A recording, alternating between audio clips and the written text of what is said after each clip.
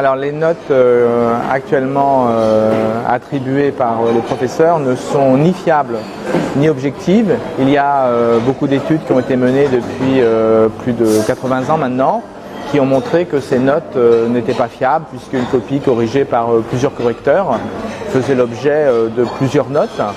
Donc quelle que soit la discipline, qu'il y ait ou non un barème, il y a des différences de notation considérables. En mathématiques, dans une note de terminale C, avec un barème au point, demi-point près, eh bien, les écarts de notation peuvent être de 3 à 4 points multipliés par un coefficient 7.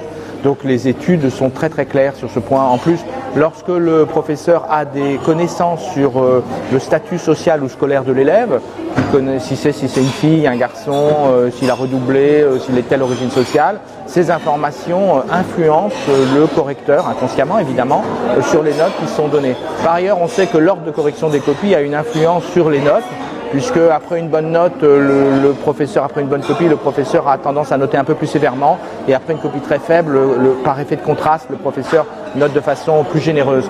Donc plein de facteurs influencent le professeur malgré lui en fait, et aboutit à un résultat qui n'est pas satisfaisant en termes de fiabilité des notes.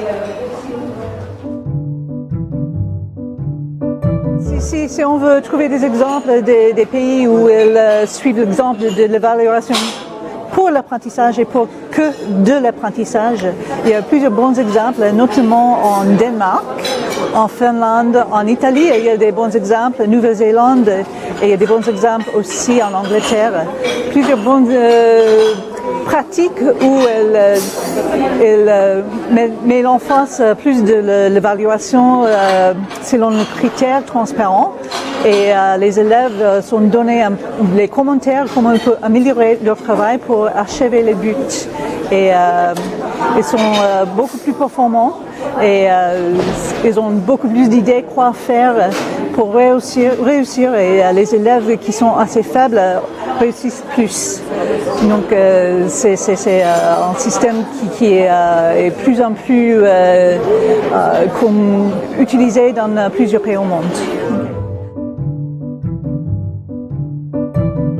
Nous souhaitons vous présenter les 5 propositions de l'APEL pour faire évoluer le système d'évaluation qui aujourd'hui fait par les notes est extrêmement controversé en France. La première des propositions, une évaluation par compétence qui valorise les qualités de l'élève, ses acquis et lui permettent de progresser. La proposition numéro 2, l'association des élèves à l'évaluation en utilisant par exemple l'auto-évaluation dès le plus jeune âge, dès la maternelle. La proposition numéro 3, une évaluation partagée entre l'élève, l'enseignant et les parents. La proposition numéro 4, une évaluation argumentée permettant un accompagnement des parents. Et la proposition numéro 5, l'évaluation nécessite un dialogue régulier qui se concrétise par des rencontres fréquentes et constructives entre les enseignants, les élèves et les parents, et notamment en utilisant les espaces numériques de travail.